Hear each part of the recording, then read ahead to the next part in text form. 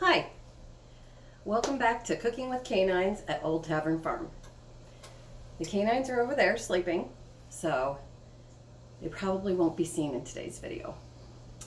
I wanted to, before I forget, if you want to connect with me on social media, I have a website, leesharon.weebly.com. That's where all my recipes and blogs can be found, and also a link to my books that I have written. John Bloom and the Victory Garden, illustrated by my lovely sister-in-law, Katie, and John Bloom and the Victory Garden Digging In.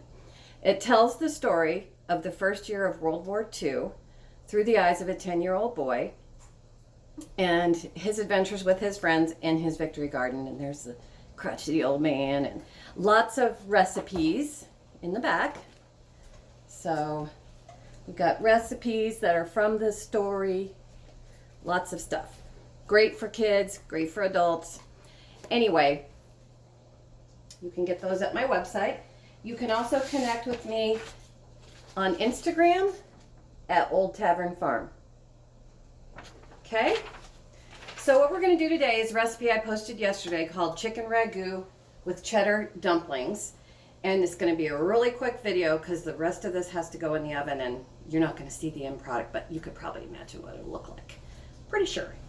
All right, so we're going to start with butter. We're going to stick it in our already preheated pan. I have changed the layout of my camera. Thank you, Jen, for telling me to do the landscape option. So we're going to try something new today. So in the pot we have some butter. Let's see, I have the recipe right here. So we're going to do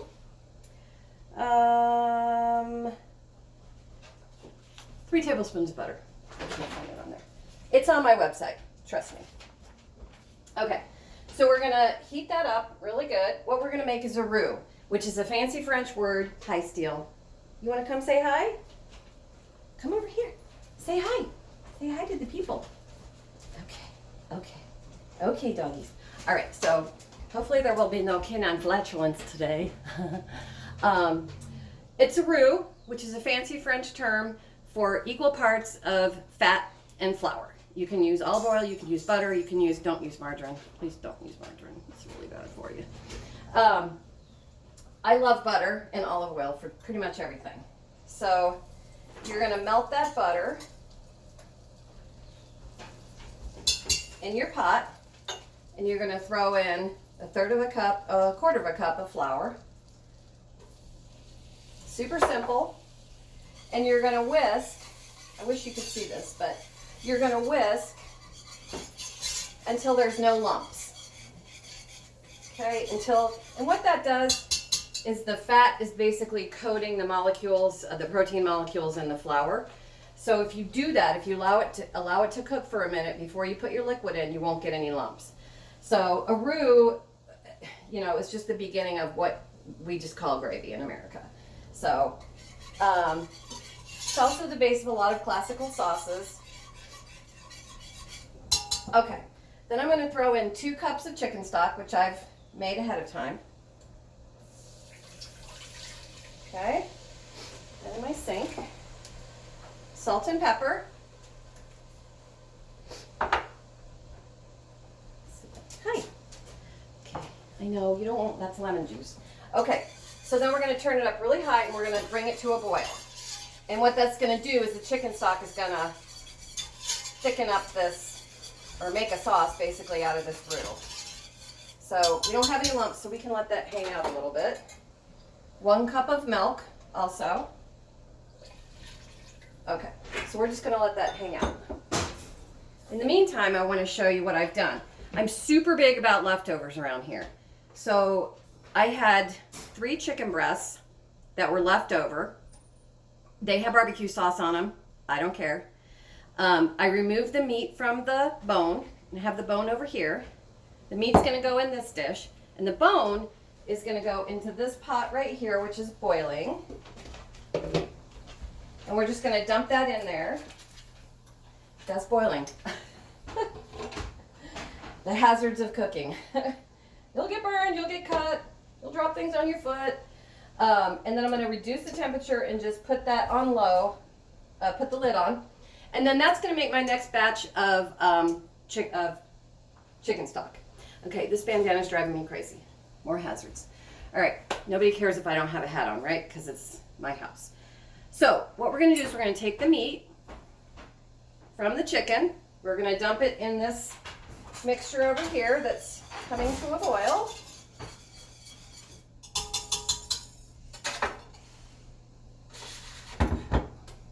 Our spatula. Okay. And we're just gonna dump it in there. That is starting to thicken. Then we're gonna put in a cup of English peas.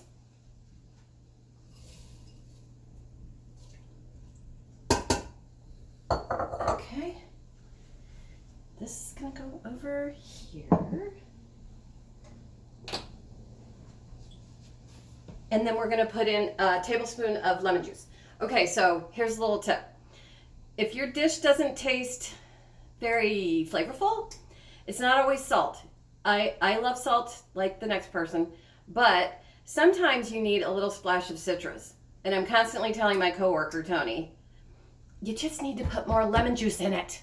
Lemon juice or lime juice, depending on what you're making. Okay. Yeah, that was me pounding on the counter so they think there's somebody at the door. Yeah, guard dogs. It's okay. Yeah, he's tough, super tough. But anyway, citrus juice, lemon, lime, or even orange juice, or the zest of those citrus fruits are super flavorful and very helpful for like reducing salt if you want to. I love salt, so I'll just put more on. So anyway, lemon juice does a lot for your dishes. So throw some lemon juice in there. Okay. Give it a little stir. Now the recipe that I posted does not call for the barbecue sauce flavor, but I think with the roasted red peppers and the dumplings and the cheddar, I think it's actually going to be really good. So like I said, I'm all about leftovers here, so if you have it, use it. And again, if you can avoid going to the grocery store right now, isn't that a bonus? Yes. All right. So we're gonna, while that is thickening up, I am going to put it down just a little bit low so it can hang out without burning. A little bit lower. I have a hot oven, so it depends on your oven. And we're gonna make the dumplings. So you're gonna take 2 cups of Bisquick mix or prepared biscuit box mix, a 2/3 cup of milk, and one day I will show you guys how to make the best biscuits ever without the mix. It's not hard. You just need buttermilk. That's the key. So next time I'll do that. But for now we're going to use this box mix, and it's perfectly fine. It's no shame, no judgment, no kitchen judgment. Again, super simple. All right, so throw that in there. And then just mix it up. That's all we need. I haven't used a box mix in so long. Sometimes I'm like one of those crazy people that can do it from scratch, but I can't make it from a mix. You should see my box brownies. Yeah, they're crazy. Okay, this is coming together. I feel like it might need just a little more. I'm just gonna add a little splash of water. It's not going to be the end of the world if it's not milk. Use what you have. So I'm gonna turn this out onto the bench, and I'm gonna knead it for, the instructions say 4 to 5 times, but the rule of thumb with biscuit making is anything less than 15 kneads is fine. You don't want to knead biscuit dough to death because it just gets tough. So put that in my sink. Check on our little mixture over here. That looks good. That can, oh, it smells really good too. Did I put my salt and pepper in? Yes. Okay. So then we're going to turn this out onto my board. And we're going to knead it. Now this recipe calls, at the beginning, calls for 2 carrots diagonally sliced. My husband hates carrots, so I'm just leaving those out. It would just be a waste. So I'll give the carrots to the horses, which we also have here at Old Tavern Farm. We have 2 horses and 13 hens and 2 dogs. And at one point, we even had goats and pigs and meat chickens. So we have done it all here at the farm. Right now, we're not raising any meat products because we just moved to this farm a little while ago, and it's inside the village, so we are trying to make friends with our neighbors before we stink them out. Hi, neighbors. Love ya. Okay. So I am going to sprinkle my board with a little flour and then roll out this biscuit dough. And this is kind of a neat little way to make dumplings. Again, I'm going to get my bench knife. Remember we talked about our bench knife? Oh, where's my bench knife? Probably in the dishwasher. Okay, we don't need it. It's fine. I'm going to grab my rolling pin and we're gonna roll this out jelly roll fashion, which is I just think this is the coolest way. So normally you would roll out biscuit dough just thick enough to be, about 1 inch thick. This particular method is going to be a little thinner because we're going to roll it up like a jelly roll. So I'm going to roll it out, and you're going to roll it out to be about 9 by 13 or close to it. No exactness. We're not, like I said, we're not solving the world's problems here. We're just trying to feed our families and have some fun. Okay, so this is sort of a rectangle. I wish you could see it. Okay, I'm gonna just lift it up. So there you go, like a rectangle. I just put a hole in it. That's okay, patch it up, no worries. All right, then we're gonna sprinkle it. I've got a cup of shredded cheddar here. We're gonna sprinkle it with shredded cheddar.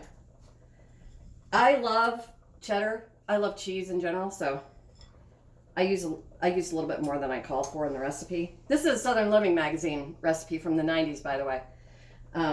Southern Living is great with their recipes. And then we're going to do some roasted red pepper, chopped up roasted red pepper, which I think will, like I said, go really well with the barbecue sauce. You can also lay this out, wring it out a little bit, and dry it out if you want to. Okay, then we're going to start at the bottom.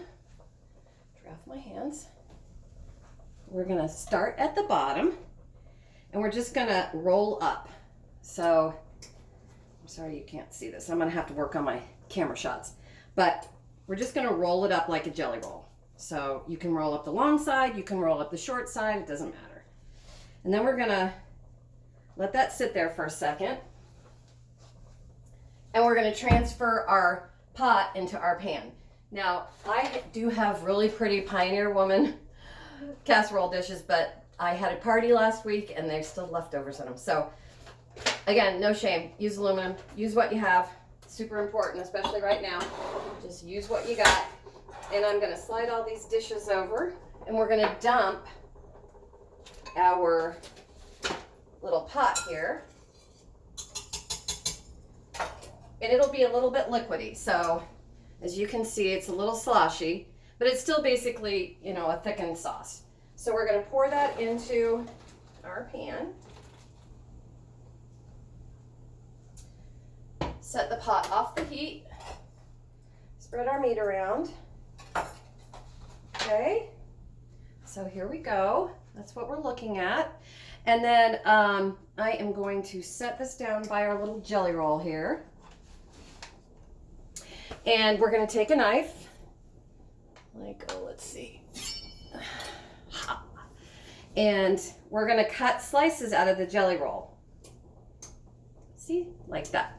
And we're going to lay them down spiral side up, facing up, in sort of like a cinnamon bun fashion. And we're going to place them around the casserole dish. Now these are going to expand. So Just place them randomly, however you want to. Again, no judgment. We're not doing fancy cooking here. And we're gonna place them, let's see, 1, 2, 3. Oh, that came out fine. So I cut out 9 strips out, or 9 circles out of mine. So here's what we're gonna have. We're gonna face them. So that's what you're gonna look like right there. See? Okay, now I'm gonna put this in the oven and we're gonna be done. So you guys go make your dinners. Use what you have. Oh, that's gonna bake for probably about 30 minutes or so until your biscuits get brown. Go make dinner, enjoy your families, be nice to everybody. We're all in this together. Hugs, hugs, hugs, virtual hugs. Gretel says hi. Right, Gretel? Say hi. Yep. Be well. Thanks for visiting. Bye-bye.